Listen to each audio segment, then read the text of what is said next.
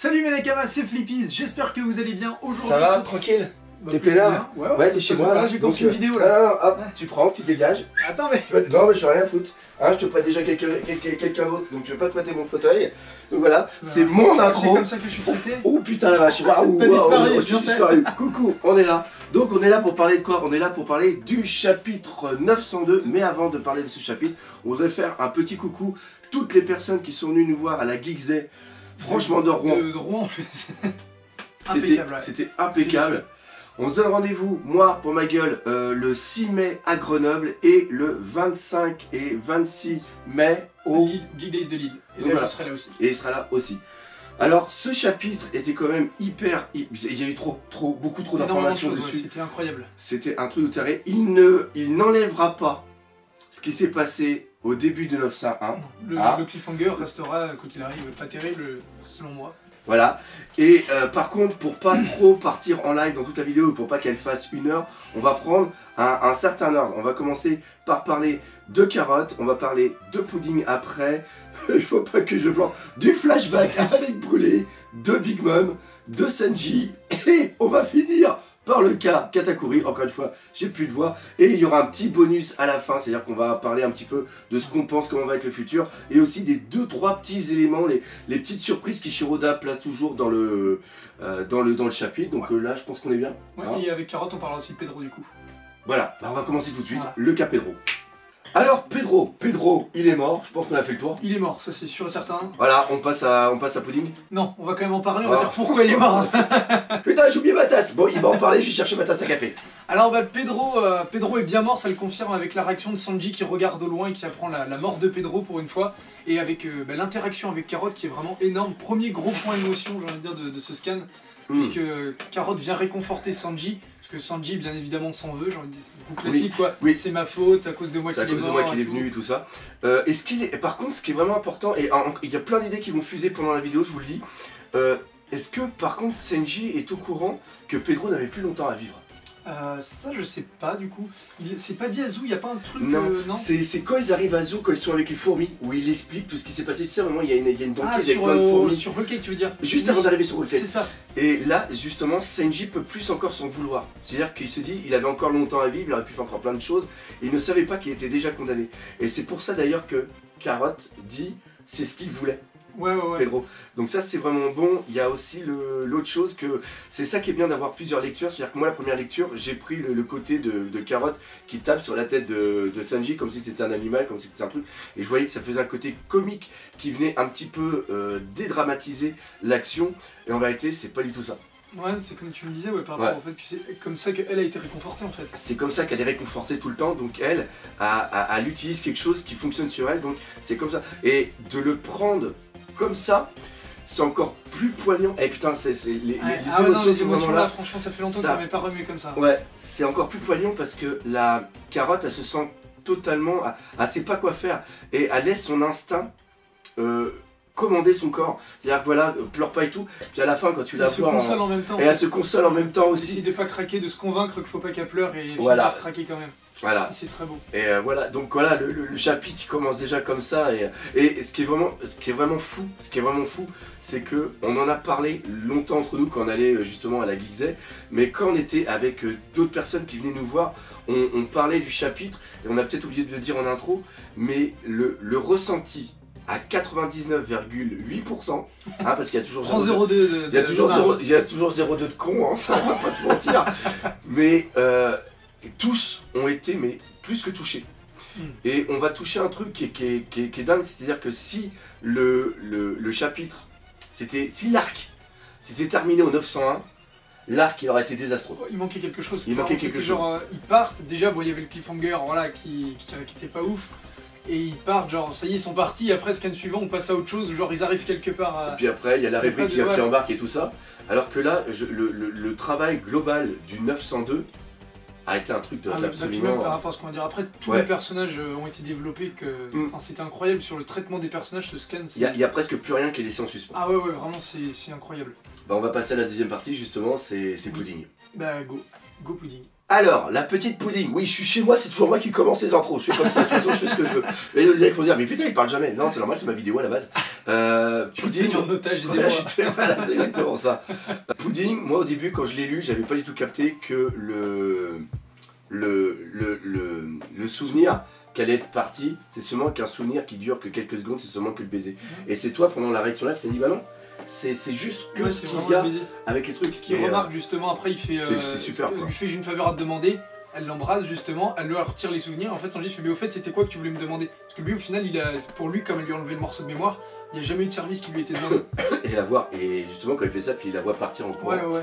Et bah, par exemple la mise en scène avec, les bandes quoi. C'est incroyable, ouais. Le fait que les cases de BD étaient mélangées aux pellicules d'un film, je trouve ça artistiquement parlant, j'ai vraiment été sur le cul, j'ai trouvé ça super classe, super bien fait, et ça nous permettait en fait d'avoir le flashback sans juste avoir le truc noirci, ça permettait de bien comprendre qu'il s'agissait du souvenir. Et je suis même en train, et encore une fois, là c'est les idées qui me viennent comme ça.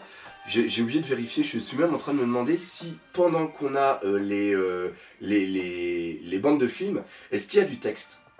Parce que le seul texte qu'on voit, ça fait comme les vieux films où il n'y avait pas de son, il n'y avait pas de parole, on voit une écriture, mais on voit pas de bulles qui sortent de la... Il n'y a pas de son. Par contre, je suis pas. Il y a peut-être une onomatopée, mais je suis pas sûr quand elle tape dans la cigarette. Oui, peut-être. Mais vous voyez là, il y a une mise en scène qui est... Et après de la voir avec les... Et de mettre la bande juste avant dans ses mains, d'avoir la scène, et après tu la vois, elle est en train de pleurer, puis après la dernière où tu la vois carrément hurler, et c'est... Surtout que je m'y attendais pas, parce qu'il y avait déjà eu une grosse séquence émotion quand on la voyait pleurer toute seule dans cette même ruelle, du coup... qui était au chapitre 900. Ouais, et du coup j'ai fait, bah voilà, et là de la revoir comme ça, ça rajoute une couche sur vraiment l'empathie du personnage. Et je peux... Ah putain on peut pas en parler tout de suite, parce que c'est juste après. Mais après, on a une information d'un point de vue temporel qui est magnifique, et si la temporalité est exactement la même pour Pudding, ça veut dire que ça fait super longtemps qu'elle est en train de se morfondre, c'est-à-dire qu'il y a une... C'est comme au cinéma, t'as plusieurs plans, et t'as un plan où t'as la guerre tout autour, et elle est toute seule dans une ruelle, et ça fait plusieurs heures qu'elle est en train de pleurer le départ de son amour. Il y a les flashbacks aussi, parce qu'elle repense à tous les bons moments qu'elle a eu avec Sanji aussi. Et justement, il y a le... Bah vas-y, par exemple ça. Elle se rend compte, d'abord on voit que déjà on a vraiment la confirmation que Mama la considère vraiment comme une marionnette malgré que ce soit sa préférée. Donc on voit vraiment que tous ces enfants sont des objets pour elle, hein. En fin de compte c'est des outils, s'ils n'ont pas d'utilité, bah ils lui servent à rien. C'est le gros thème de cet arc. Et il y a aussi le fait que petit à petit, déjà quand elle limite, tu sais, qu'elle gonfle ses joues pour épouse-moi là, qu'elle fait le truc comme ça. Quand elle limite Sanji, justement. Il y a ses pensées justement, elle s'en moque, mais justement pour essayer de se protéger du fait qu'elle commençait déjà à ressentir des choses pour lui. Et après au mariage, quand il a la réaction par rapport aux yeux, et voilà, et maintenant elle regrette, elle pleure, il y a vraiment la tristesse, mais le désespoir, voilà. Parce qu'elle n'a pas le visage en larmes comme la dernière fois, mais juste vraiment la larme, elle est stoïque. Je trouve que ça traduit à merveille le désespoir du fait qu'elle est obligée d'abandonner, pratiquement d'effacer son souvenir du seul homme qui ne l'ait jamais aimé. Voilà, c'est ça. Et ce qui est fou, c'est qu'il y a toute une symbolique autour du baiser, c'est-à-dire que il y a eu le mariage, et quand... Bah moi je sais, j'étais marié. Je suis toujours marié d'ailleurs. J'ai pu le relever. Pourquoi passer? Ce qui s'est passé, voilà ce qui s'est passé, c'est que quand tu te maries, t'as les vœux qui sont faits par le curé, et il fait vous pouvez embrasser la mariée. Et quand tu embrasses, c'est à ce moment-là que c'est vraiment officialisé devant tout le monde. Et là, le fait que ça soit Pudding qui l'embrasse, elle vient clôturer le mariage. C'est-à-dire que d'un point de vue de Pudding, elle est la femme de Sanji. Cependant, elle décide d'enlever le souvenir à Sanji du baiser, parce que lui, il aurait ressenti la même chose. Et vu qu'elle connaît Sanji, elle l'appelle même Gigi. C'est d'un point de vue, c'est-à-dire... Là, on voit vraiment que c'est la vraie Pudding, avec tout ce qu'on voyait quand il y avait les deux caractères qui se passent. Et là, on voit vraiment qu'elle lui dit, et elle sait que Sanji... S'il se rappelait de ce baiser, peut-être que jamais il aurait voulu partir. Il aurait voulu partir avec elle. Il serait revenu ou il serait revenu plus tard. Déjà quand on voit ce qu'il a fait avec le Germain, voilà. Il est revenu alors qu'ils ont toujours pourri la vie. Alors voilà, c'est ça, donc là avec Pudding. Et en un sens, ce qui est magnifique ici, c'est que c'est un sacrifice d'amour. C'est-à-dire que, encore une fois, et c'est un traitement qu'il va y avoir après, mais Pudding, il nous l'a fait détester tellement. Et là, mais... tout le monde la détestait, tout le monde lui crachait dessus à un moment, hein, moi le premier aussi, hein, je l'ai dit. Et je veux dire que maintenant, mais on ressent sa souffrance et encore une fois il arrive à jouer là-dessus. On retrouve la Pudding des tout premiers quand elle joue encore le jeu, qu'elle était adorable, Oui, presque flippant, et sauf que là c'est pareil mais là elle est naturelle. Et c'est même à se demander si c'est pas ça la vraie Pudding. Ouais, qu'au final le jeu, elle est jamais vraiment jouée en fait. Le jeu c'était de faire croire. Le jeu c'était de faire croire qu'elle était... double mind game. Parce que voilà, et comme il a dit tout à l'heure, c'est quand on la voit imiter, quand elle imite Senji en disant ouais tout ça, en vérité, et elle pense que de toute façon il n'existera jamais personne pour m'aimer, donc autant que je déteste tout le monde. Au final son vrai jeu c'est de faire croire qu'elle était méchante. Voilà, et là, on en reparlera tout à l'heure, mais vous avez un traitement de Senji qui est magnifique. Oui. Senji, tout le monde attendait un power-up, moi aussi le premier, mais je disais que c'était secondaire, et là on a un traitement par rapport à Senji qui est dingue quoi. Ouais. Et le petit coup justement de Pudding qui est une gentille fille, enfin qui est une garce qu'on déteste, et à la fin qu'on a de l'empathie pour elle, ce qu'il a réussi à faire avec Pudding, ce qu'il a fait avec Brûlé, c'est... Oui, Brûlé. Vas-y, parlons tout de suite, on va même pas faire de coupure. Allez, on pas de coupure, bim, c'est parti pour Brûlé qui était vraiment la mégère en fait, hein, vraiment la grosse mégère de tout l'art. Mais l'idiote aussi. Ah ouais, l'idiote, la fille t'as envie de foutre des baffes. Elle se faisait capturer tout le temps, même si c'était bénéfique pour les héros, t'avais envie de dire mais fais un effort quoi. Il y a un moment, je sais pas, fais un truc. Elle était toujours en train de se plaindre, elle collaborait. C'était une sorte un peu de pendant féminin de César, je trouve. Toujours en train de gueuler et de se plaindre et de collaborer quand même pour essayer de sauver son cul. Exactement. Puis toujours la vengeance, oui, ouais, je me vengerai, tout ça. Et là finalement, en quelques cases, mais il a réussi à nous, pareil encore une fois, de l'empathie, alors pas autant qu'avec Pudding, parce que voilà, mais il a réussi à la rendre adorable juste avec un plan quand elle discutait avec Katakuri, plus après en montrant 2-3 fois quand elle était enfant. Et ce qu'elle a fait pour ses frères, enfin pour son frère surtout, pour Katakuri, c'est incroyable. En un scan, voilà, il a retourné tout le truc sur le dernier scan du chapitre, et il a retourné tout le développement du personnage. On peut pas dire qu'il est pas un génie pour ça quoi. On peut réussir le traitement de un ou deux personnages. Mais reprenez One Piece depuis le début, les trucs comme ça, encore une fois le Corazon, on sait qu'il va mourir, donc on est habitué, c'est même pas une surprise quand il meurt. Et on arrive à pleurer quand il meurt. Ouais. Et au niveau des sentiments, il est trop fort. Et le fait de nous avoir dessiné une carotte. Oh, une carotte. Bah oui, parce qu'elle a un nez en carotte, c'est pour ça. Nous dessiner une Brûlée enfant qui est adorable. La Brûlée qu'on a tout le temps, on veut même pas l'avoir. On veut pas l'avoir comme maman, ça c'est sûr. On veut pas l'avoir comme sœur. Et là, la petite Brûlée, on a envie de l'avoir en fille, on a envie de la cajoler. Et c'est un truc de véritable lien. Et le fait qu'on ait la cicatrice qui lui balafre la tête depuis le départ, et même quand ils sont dans le bois de la séduction où a dit j'aime bien défigurer les personnes qui sont belles, tu te dis mais c'est une garce et tout, et tu te dis quand tu vois sa cicatrice, tu te dis elle a dû l'avoir, on ne sait pas comment, et là quand tu vois comment elle l'a eu, mais tu te dis mais c'est fou, elle reçoit la vengeance d'autres enfants sur elle, c'est dingue. Et ce qui est encore plus magnifique, c'est que quand on voit Katakuri après, pendant le flashback, comment il est, et quand on voit le lien qu'il y a avec sa sœur, et même avec ses frères, parce que quand on les voit tout petits d'ailleurs, dur en fait de la tu m'as dit aussi qu'un truc de pas mal avec Perospero. Les fringues. Oui, il est toujours c'est le personnage de Shonen en fait, comme dans Pokémon, genre Sacha qui voyage toute l'année, qui est toujours la même fringue. Perospero, il a à peu près le même style. Il va avoir la colorisation, parce que je pense que ce sera légèrement différent. Last Action Hero, où t'as le mec qui a tous les mêmes. Les mecs sont toujours habillés pareil. Et le fait qu'on voit qu'il y a quelque chose de bien, et je sais pas si ça vous a fait le cas, mais par exemple quand on est dans le monde des miroirs, que t'as Luffy qui combat Katakuri, il perd son Gear 4, il court, il trouve Brûlé comme ça, mais on se dit mais pourquoi Brûlé est encore là? C'est complètement débile.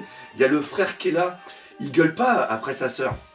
Il arrive à partir, et là tu te dis mais Katakuri normalement il doit engueuler sa sœur pour dire mais qu'est-ce que tu fous ici? Elle pourquoi elle reste? Et c'est maintenant avec ce dernier chapitre que tu sais pourquoi, parce que la sœur adore son frère et veille entre guillemets, regarde toujours ce qu'il fait, parce que après on a la phrase où elle dit non mais je le savais parce que je t'espionne beaucoup avec mes miroirs.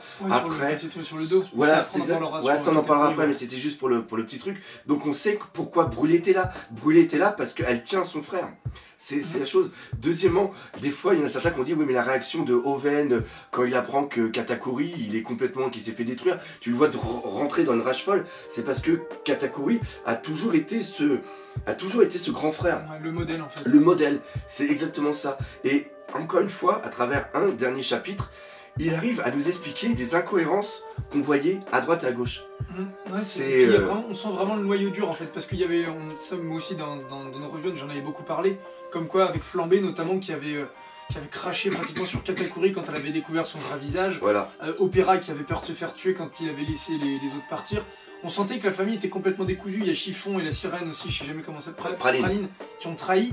On se disait mais les enfants, il n'y en a personne, Pudding pareil est trahi. Voilà. Et là on découvre vraiment les premiers enfants, le noyau dur, excepté Compote qu'on n'a pas revu dans le flashback, mais tous ces enfants là sont vraiment très solides et eux par contre sont une vraie famille, qui inclut peut-être pas Mama par contre, ça reste encore à voir. Non. Mais on sent qu'entre frères et sœurs ils sont vraiment très liés et ils n'ont pas du tout les mêmes relations qu'avec les plus jeunes qui arrivent juste de mafia, un peu comme Maman en fait, tu nous sers, bah tant mieux pour toi, si tu nous sers pas tant pis.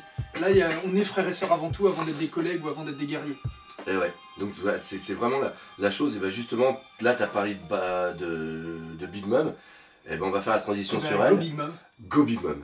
Big Mom, cette grosse folle, donc ça y est, on la voit arriver, et il a eu une analyse de la chanson qui est géniale. À un moment, alors, il y a eu la question de se dire, sur le Pocus, c'est vrai que quand on fait la réaction live, on se pose la question, qui chante? Oui, c'est vrai que parce qu'on voit en plus, Mama du coup chante, mais on la va pas bouger les lèvres en fait, ça vient par-dessus. Je pense que la chanson est extra-diégétique, c'est-à-dire que Mama la chante pas dans l'histoire en fait, elle est rajoutée par-dessus l'histoire. Je pense que ce sera comme ça après quand ça sera adapté. Ça sera comme ça. Et sous le Pocus, c'est tout simplement l'attaque qu'elle fait quand elle prend l'âme des gens. Et alors justement, on a aussi pensé à quelque chose qu'on a oublié de dire peut-être, ou que j'ai oublié de dire dans le chapitre 900, quand elle se réveille, Big Mom, elle parle bien qu'elle veut prendre l'âme de Luffy pour le mettre dans quelqu'un d'autre. Et ça, il y en a beaucoup dans les commentaires qui me l'avaient dit. Ça rappelle énormément Moria avec les ombres. Ouais. Et on s'est posé une question. Est-ce qu'il y a un rapport entre les ombres et l'âme? Et on a fait des recherches sur internet, et là maintenant je me rappelle plus comme un gros con, mais il y a une... L'ombre liée à l'âme. Oui, et l'ombre est une partie de la psyché de l'homme. Oui, c'est ça. C'est ça, donc oui, hein, on bosse. Et du coup, ça montre aussi que le Whole Cake n'est pas juste une copie d'Enies Lobby comme certains veulent le dire. Voilà, c'est ça. Comme de Dressrosa, il y a un arc prédominant comme avec Alabasta, mais il y a un mélange avec plein d'autres arcs. Il y a un mélange, voilà, c'est ça. Et encore une fois, on arrive sur le Nouveau Monde avec la deuxième partie, enfin la deuxième partie de Grand Line qui est le Nouveau Monde. Et là, on arrive sur une évolution des fruits du démon qui est la même utilisation que Moria a pu avoir du sien, mais à un état, mais vraiment au-dessus.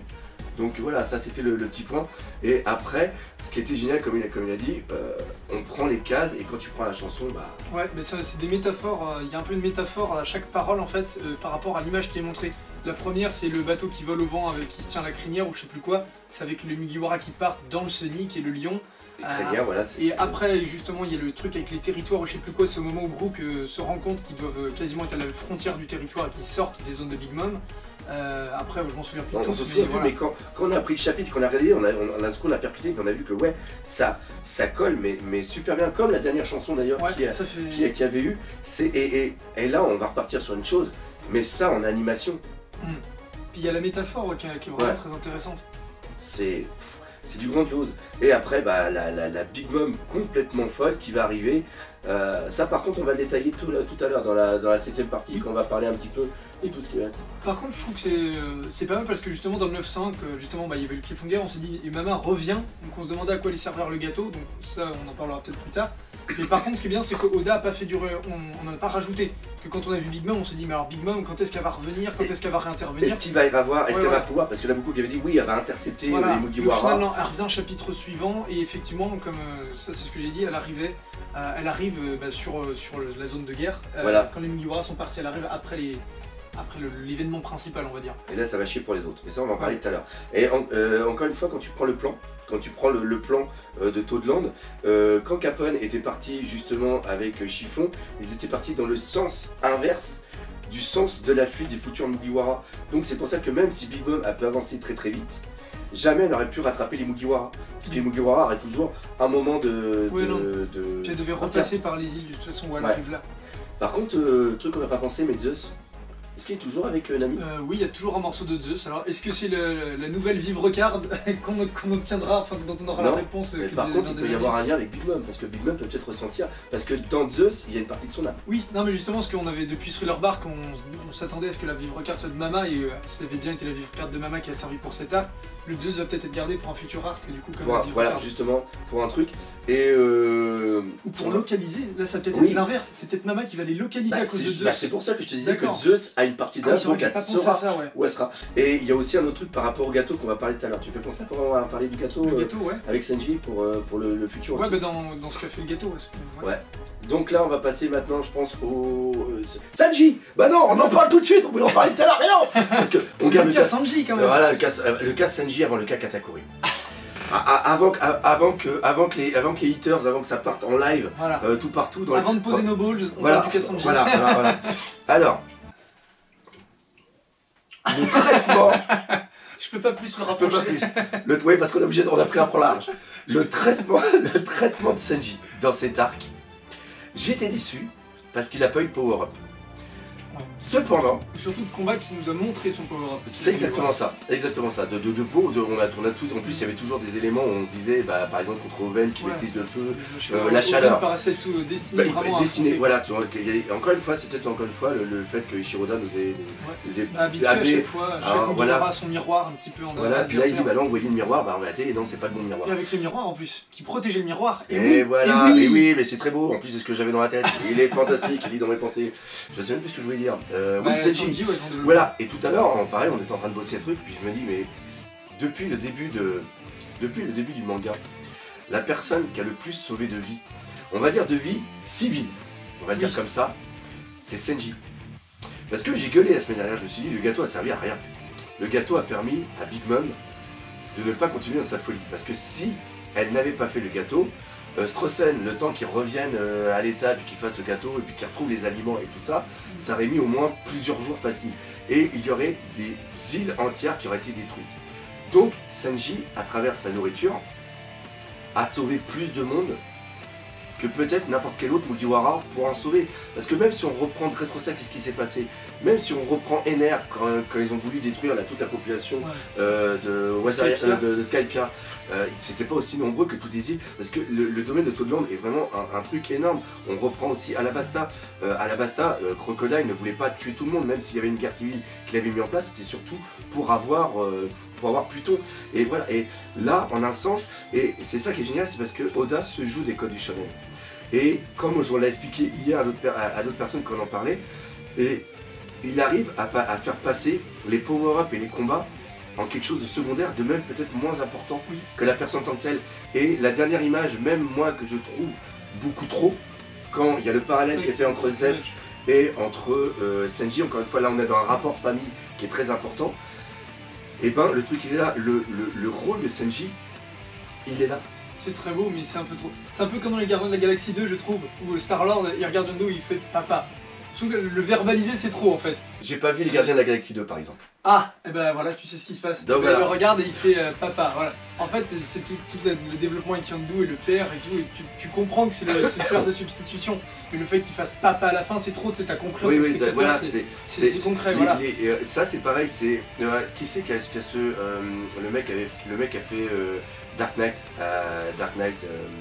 Nolan. Oui, d'accord. C'est le problème de Nolan, c'est le syndrome Nolan, comme beaucoup l'appellent, c'est-à-dire que Nolan veut trop expliquer les choses. Et là, sur la fin, avec c'est le trop. C'est le trop. Cependant, ce qui est vraiment excellent ici, c'est que même... Alors, on a bien eu l'année de Sanji. On a eu une super année sur sa psychologie, sur son enfance, oui, mais je veux dire, l'arc était beaucoup un arc centré de Sanji. Puis ça conclut un arc familial, de terminer sur le rapport encore une fois, c'est exactement ça, et on est toujours, comme j'ai dit tout à l'heure, le noyau de la famille. Et ce qui est vraiment important, c'est que même si on a vu Sanji ici relégué à un état un peu second, ça n'empêche pas que dans des prochains arcs, il soit une bête de guerre avec des techniques. Espérons, ouais. Ça, c'est pas parce qu'on a eu ça ici qu'on doit maintenant cracher sur lui et dire de toute façon, il a servi à rien. Faut juste remettre Sanji dans cet arc, dans ce contexte, c'était surtout de la symbolique. Et d'un point de vue symbolique, c'est rare qu'un Mugiwara en ait chié autant. Parce que même si on reprend, il y en a beaucoup qui font le parallèle avec Robin, Robin n'en chie pas autant. Parce que Robin, ce qu'elle a, c'est un passé. C'est quelque chose qui est terminé. Et elle essaye de se reconstruire au fur et à mesure. Et grâce au Mugiwara, elle arrive à être reconstruite et elle arrive à avoir à nouveau une famille. Alors qu'ici, Senji, il est toujours présent avec son passé. Oui, celle-là. D'où le karma. Robin, jusqu'à Enies Lobby, c'était temporaire, mais elle avait toujours accepté le fait de mourir et qu'elle servait à rien. C'est avec le film qu'elle a évolué. Alors que Sanji avait oublié sa famille et c'est revenu à lui. Donc il a chuté, on va dire. Il a ensuite remonté, mais durant cet arc, c'était très difficile de remonter la pente face au retour de sa famille, comment il a mis en danger ses amis et sa famille, son autre famille sur le baratier. Et voilà, donc le traitement, encore une fois, j'aime beaucoup cette expression, mais quand tu prends du recul, tu remarques qu'il y a eu un travail qui était... Il y a un travail au niveau des émotions de cet arc pour Senji. On a eu des moments où on a pleuré pour lui, et il y a eu des moments où on a eu de la hype pour lui. Tu sais, quand il est debout devant les papounets, la famille, avec les deux pieds en feu, je veux dire que là... avec la cigarette, là. Alors oui, des images de balassitude comme ça, où après il n'y a plus rien, c'est vrai que ça casse un peu les couilles. Mais il a sauvé son capitaine. Hein. Mais par contre, il a intervenu plein de fois. Voilà. Il a contré Daifuku, il a contré Oven, il a fait plein de trucs comme ça, mais il n'a pas eu un vrai combat bien en duel, personne n'intervient, c'est juste genre un jeu vidéo, tu sais, start. Voilà, c'est exactement ça. Comme on a à chaque fois.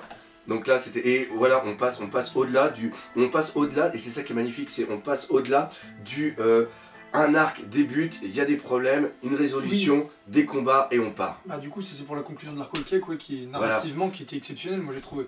Donc rien que pour ça. Là on est en train de faire une vidéo carrément où on fait la critique de l'arc. Tu voulais pas parler de ce qui se passait sur le baratier justement avec les pirates, là qu'on est sur le Kassanji? Non, ça c'est à la fin. C'est les petits détails, les petits teasings. Non, par contre le gâteau, merci, tu m'as fait penser quelque chose. Par contre le problème c'est que c'est Senji qui a fait le gâteau. Et on ne sait même pas si Strossen serait capable de faire un même gâteau. Imaginez que Big Mom fasse une crise et ne veuille plus un croque en bouche, mais veut un gâteau de mariage. Là ça va chier. Et c'est ça. Des bulles carrées. Et c'est ça. De toute façon, ça va forcément servir à quelque chose. Là, le gâteau de mariage, pour les héros, attention, pour les héros, le gâteau de mariage n'a servi à rien, il les a même presque mis dans la merde. Parce qu'il a permis à Big Mom de retrouver ses esprits, de repartir à leur poursuite. Il n'y aurait pas eu le gâteau de mariage, le Germa et les hommes poissons auraient pu s'en sortir. Donc là, le gâteau, ça veut dire que c'est un... Je sais plus comment on appelle ça, mais c'est un truc que tu mets sur le côté et que tu réutiliseras plus tard, quoi. Je sais pas, je crois qu'il y a un nom... Le fusil de... Non, pas forcément, mais je crois que c'est un joker, voilà. Simplement, c'est un joker pour plus tard, en fait. Oui, bah c'est un peu comme le Tametuako ou le... Oui, voilà, ou même la vivre carte, quoi. C'est un truc sur le moment qui fait... Ok, d'accord, on dit c'est un putain de gâteau, et après il va prendre tout son sens après. Alors là, on a été gentil avec vous. Et là maintenant, on va passer au cas qui fâche. Le caca. Le katakuri. Oui, je l'ai fait, j'ai osé. Comme on est des enculés, et comme le YouTube Money est présent maintenant, et ben vous aurez le cas katakuri dans une deuxième vidéo, voilà. Non, parce que ce qui se passe, c'est qu'on était prêt à le faire là, mais on a tellement de choses à dire et on s'aperçoit que la vidéo doit faire déjà. On n'a pas terminé le scan. On n'a pas terminé. Si on parle de katakuri, ça va être trop, donc on va faire comme j'ai l'habitude de faire quelques fois. On va prendre le cas katakuri et on va faire une vidéo rien que pour lui parce que il y a tellement de choses à dire. On va mettre aussi les gens qui veulent juste voir ça. Oui, les gens qui sont synthétisés dans la vidéo. Voilà, c'est ça. Ça sera il y en a parce qu'il y a peut-être certains qui veulent seulement que ça. Donc là, on va parler du futur. C'est surtout ça, the future. J'ai toujours été butin. Ça se voit. Et ça s'entend surtout. Alors, le fait que alors déjà, la chose, pour ceux qui se poseraient la question, non, c'est bien le dernier chapitre de Whole Cake. La semaine prochaine, on aura, je pense pas, qu'on aura de résolution de ce qui s'est passé ici. Peut-être. On n'est pas d'accord. Alors, il n'y a peut-être pas de scan normalement parce que c'est la Golden Week. Il y a eu double numérotation donc normalement il n'y a pas de scan. Alors, toi tu as une info différente. Moi j'ai une info différente, c'est que normalement ça va être la Golden Week, mais vu que les gens qui travaillent là-bas vont être en vacances, ils ont déjà préparé le numéro du Weekly Shonen Jump qui sortira dans 2 semaines. Ouais, mais cependant, il a déjà été piraté et on devrait l'avoir samedi ou dimanche. Donc nous la pause elle arrivera entre 902 et 903 du coup. Voilà. Non attends. Non, c'est entre 903 et 904 pardon. Voilà c'est ça, c'est-à-dire mais il y aura quand même une pause. Il y aura quand même une pause, la pause sera peut-être la semaine prochaine, on aura plus de délai à attendre. Ouais voilà, c'est par rapport aux sorties. Voilà, c'est ça. Si ça sera publié en fin de semaine. Et moi je sais même pas si samedi dimanche, j'espère que j'aurai un petit créneau pour faire une petite réaction live parce que les week-ends c'est en famille. Donc voilà. Alors maintenant, mais je pensais que tu allais dire sur un autre truc. Peut-être qu'on n'aura pas, peut-être qu'on ne verra pas la résolution, mais peut-être qu'on aura des infos de la résolution à la rêverie. Oui. Oui, bah c'est ce que je te dis par rapport au cliffhanger aussi. Je pense que beaucoup d'entre nous, et moi notamment, je crois toi aussi du coup. Peut-être. Oui. Parce que c'est toujours pas ce que je veux dire. Mais quand on a vu le Big Mom Dead or Life avec la double page, on a tous pensé que c'était la fin du chapitre, je pense. Beaucoup on s'attendait, voilà, surtout quand on était déjà à 17 pages, un truc comme ça. Et en fait non, il y avait encore 2 pages après. Et c'est intéressant de voir que c'est la première fois que les Mugiwara partent alors que la situation n'est pas résolue, ça y est, c'est bel et bien arrivé, et que du coup le cliffhanger il porte pas justement sur cette situation qui n'est pas résolue, mais sur Sanji et Zeph. Ça veut dire que les Mugiwara, pour eux, Whole Cake c'est terminé, alors que la situation, Jinbei, Germa et tout ça, sont toujours en galère, mais ça les concerne plus. Voilà, c'est exactement ça, c'est-à-dire que la résolution des Mugiwara, on la connaît, mais les autres, c'est... Voilà. Et franchement, alors, le seul truc qui pourrait se passer, parce que le Dead or Life, il y en a quelqu'un qui s'est déjà pris dans la gueule. C'est tout simplement notre poteau Jinbei, et Jinbei qui a dit je n'ai pas peur parce que je vais faire partie de l'équipage des rois des pirates, et les rois des pirates c'est plus fort qu'un même coup, donc moi je m'en bats les... Ça a des couilles un homme poisson ou pas? Je m'en bats les pouces en panier. Je m'en bats les branchies, voilà, ça sera beaucoup plus facile. Et ce qui se passe, c'est que peut-être qu'il va avoir ces infos où il va dire aux autres n'ayez pas peur d'elle, même si elle est grosse, même si elle fait peur, faut pas avoir peur, car si tu n'as pas peur, ou alors ils vont dire mais n'ayez pas peur, regardez, il y a Moscato.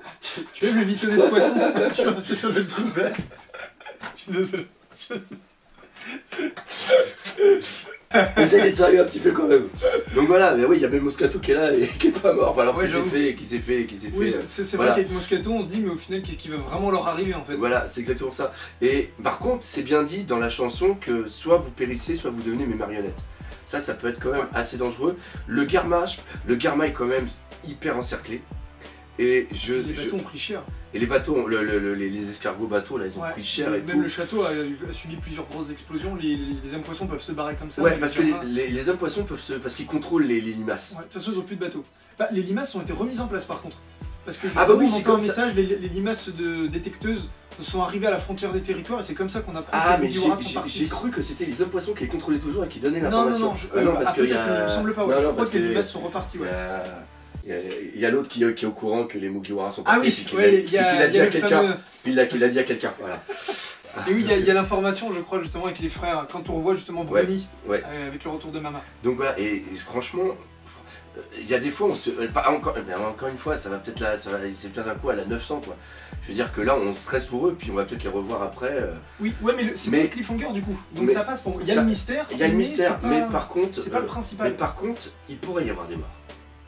Bah moi déjà tu vois j'ai été surpris de voir que le Germa avait pas plus que des égratignures. Parce qu'on nous fait le Germa, ils ont chacun une case dans le 900 ou dans le 899. Oui, où ils se font... Et après on apprend les autres, bah ils ont des stocks de balles et ça perce les capes et tout. Et là ils ont l'air enfin les généraux ont tous l'air de bien se porter. Mais encore une fois les balles, c'était... Est-ce que les balles c'est seulement par rapport à leur exosquelette et non pas les armures? Je sais pas, en tout cas ça traversait. Ça aurait été bien de voir, sans qu'il y ait des morts, mais de les voir un peu plus blessés pour certains quoi, enfin que ça mette un peu plus d'impact. Est-ce qu'ils vont réussir à s'en sortir? Franchement, sans parler de mort bien sûr, est-ce qu'ils vont devenir est-ce qu'ils vont devenir faire partie de la flotte de Big Mom involontairement parce que je sais pas, voilà, avec un contrat. En tout cas, le découpage de Oda montre bien, mais bien parallèle, les hommes poissons et le Germa comme les deux gros organismes alliés qui sont encore face à Mama.